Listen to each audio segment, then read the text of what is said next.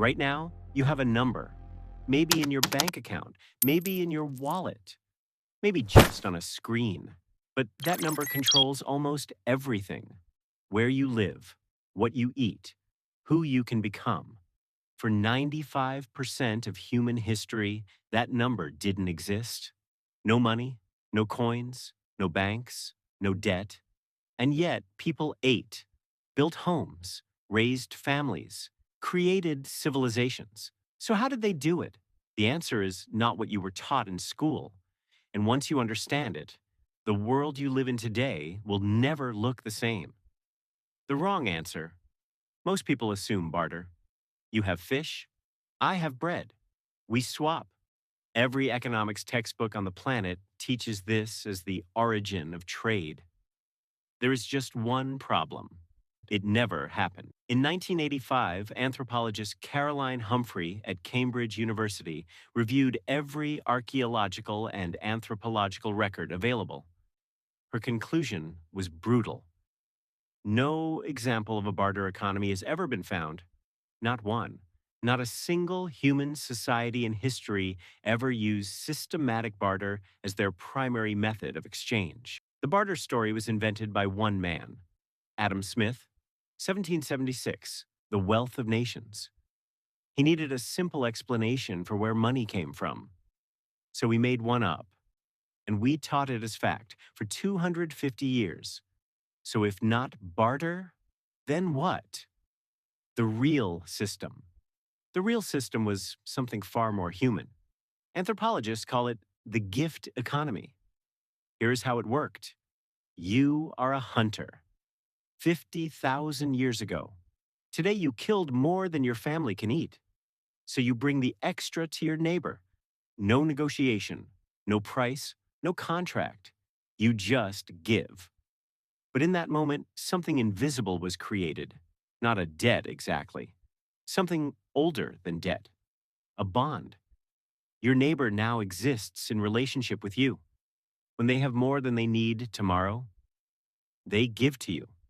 Not because of a rule, because in a community of 150 people living on the edge of survival, your reputation was the only thing standing between you and dying alone. The science. In 1925, French sociologist Marcel Mauss published a book called The Gift. He had studied gift economies across dozens of completely separate cultures: the Trobriand Islanders of Papua New Guinea, indigenous peoples of the Pacific Northwest, ancient Germanic tribes, early Polynesian societies, cultures separated by thousands of miles of ocean that had never met each other. Every single one had arrived at the exact same system, with the exact same three rules: the obligation to give, the obligation to receive, the obligation to return, not as written laws, as cultural gravity. Breaking any of these rules was not just rude. In many of these societies, refusing a gift was an act of aggression. It meant you were declaring yourself outside the community. And in a world where survival was entirely collective, that was essentially a death sentence. The potlatch. The most extreme example existed among the indigenous peoples of the Pacific Northwest coast. The Haida, the Tlingit, the Kwakwaka'wakw. They practiced a ceremony called the potlatch, and it operated on a principle that sounds completely insane to modern ears. The more you gave away, the more powerful you became. A chief who had accumulated significant resources would call the entire community together and spend days distributing everything he owned: food, blankets, canoes, artwork, everything, until he had almost nothing left, and walked away more respected, more powerful, more influential than before. Because in this system, wealth was not measured by what you accumulated, it was measured by what you were capable of giving. The most powerful person in the community was not the one with the most. It was the one that everyone had received from. European colonizers who witnessed the potlatch were so disturbed by this that in 1885 the Canadian government made it illegal. It remained illegal until 1951. They didn't just misunderstand it, they feared it because it was a complete alternative to everything their world was built on, where money actually came from. So when did money appear? First coins around 600 BC, Lydia, modern-day Turkey. But the archaeological record tells a story nobody repeats. In 2011, economic anthropologist David Graeber published Debt, the First 5,000 Years.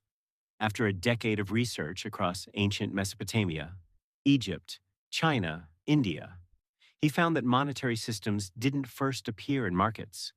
They appeared alongside one specific thing: standing armies.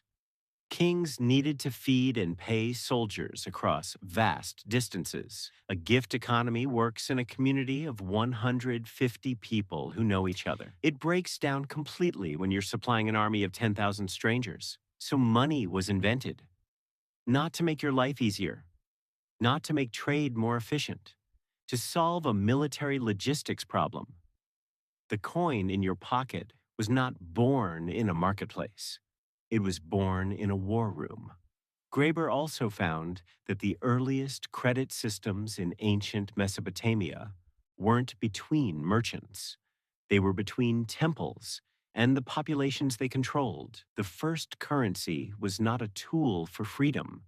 It was a tool for extracting obedience.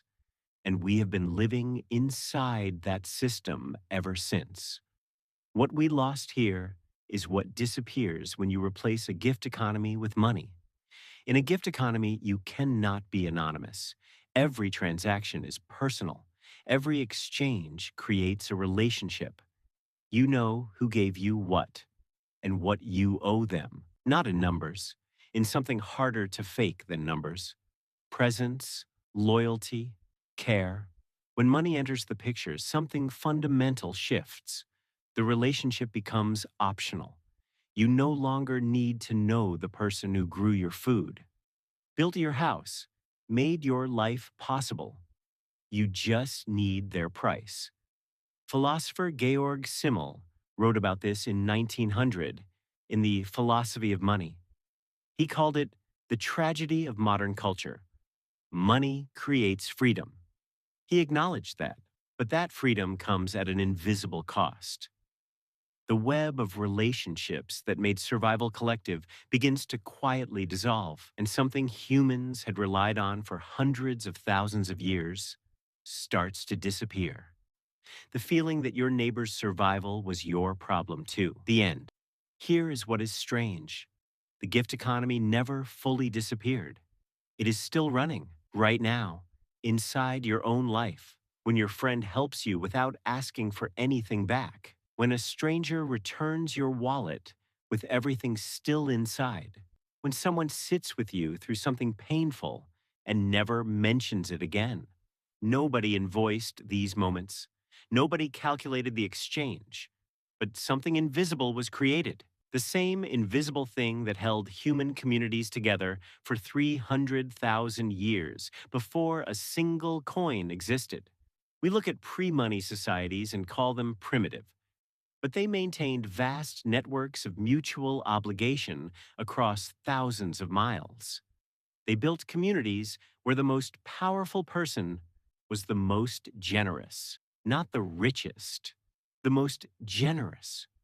We replaced all of that with a number and called it progress. But what we actually did was solve one problem: how to coordinate strangers at massive scale while quietly creating another. The slow erosion of the feeling that the person beside you is your responsibility, that their hunger matters, that their survival and yours are not separate questions.